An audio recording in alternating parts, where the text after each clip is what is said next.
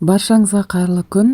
Ерекше дәмді болатын, манты қазанда пісетін галп сүйдің дайындалу жолын көрсететін боламын. Видеоны міндетті түрде соңына дейін қараңыз.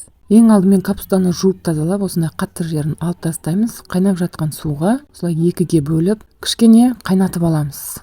Қатты қайнап кетпеу керек, әйтпесе капуста езіліп жұмсарып кетуі мүмкін. Осылай барлығын ажыратып аламыз.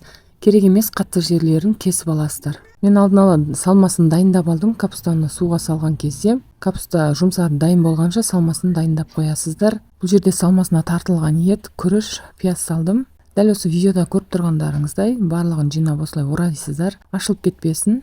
Егер де менің арнама тіркелмей көріп жатсаңыз, тіркеліп алуды ұмытпаңыз. Күнделікті видеолар салып отырамын. Сол видеоларды жіберіп алмас үшін қасындағы қоңырауша белгісін де басып қойыңыз. Жақсылап орап жинап алған соң, енді манты қазанның астын майлап, барлығын жайғастырып шығамыз. 1 сағаттай уақытта пісіп қалады. 1 сағатқа жақын уақытта пісіп қалды. Өте жұмсақ, дәмі де әдемі болып шығады. Сіздер де жасап көріңіздер, астарыңыз дәмді болсын.